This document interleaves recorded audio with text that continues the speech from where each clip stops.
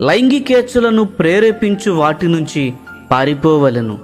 సంసోను మరియు దావీదులను సాతాను లైంగికేచ్ఛల ద్వారా ఆకర్షించెను. ఈ దావీదు గొలియాతును ఓడించెను. అయితే ఇతను తనలోని సొంత కోరికలను జయించలేకపోయెను. అనేక మంది దైవజనులు ఎంతో బలముగా ఉన్నప్పటికీ ఈ ప్రాంతములో తీవ్రముగా పడిపోవచ్చున్నారు.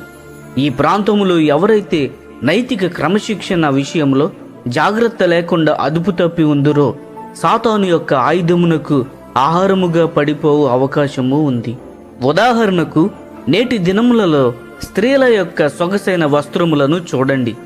దేవుడు ఏ ఏ ప్రాంతములను వస్త్రములతో కప్పి ఉండవలనని కోరుకొనుచున్నాడో అవి అన్నీ కూడా అలంకరణ రూపంలో దాచి ఉంచవలసిన శరీర అవయవములను బహిరంగముగా ప్రదర్శించబడుచున్నవి. ఆదికాండము 3వ అధ్యాయము 21వ వచనము ద్వారా ఆదాము మరియు హవ్వల యొక్క శరీర భాగములు వస్త్రముతో బాగా కప్పబడి ఉండవలనని దేవుడు మనకు తెలియజేస్తున్నాడు.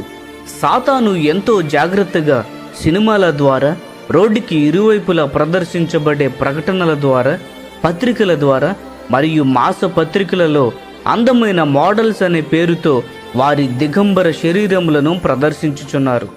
సాతాను లెక్కలేనంత మంది పురుషులను వారు బానిసలైన మోహపు కోరికలు అనే ఉచ్చులో పడవేయుచున్నది.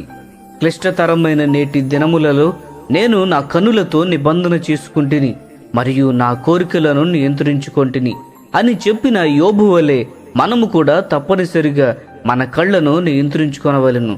హేయమైన ఇటువంటి కోరికలను ప్రేరేపించు ఎటువంటి వాటినైనా చూచుటకు మరియు చదువుటకు మనము తప్పనిసరిగా తిరస్కరించవలెను.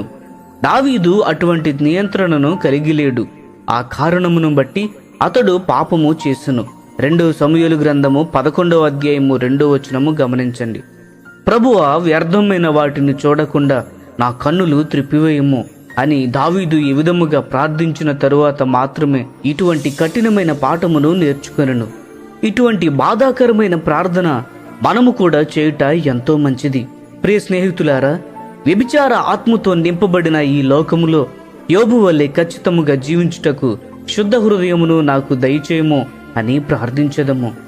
ఈ సందేశములు మీకు ఆశీర్వాదకరముగా ఉన్నట్లయితే ఈ వీడియోలను లైక్ చేయండి, సబ్స్క్రైబ్ చేయండి, అనేకులకు షేర్ చేయండి. మీ విలువైన అభిప్రాయములను కామెంట్ రూపంలో మాతో పంచుకోనండి.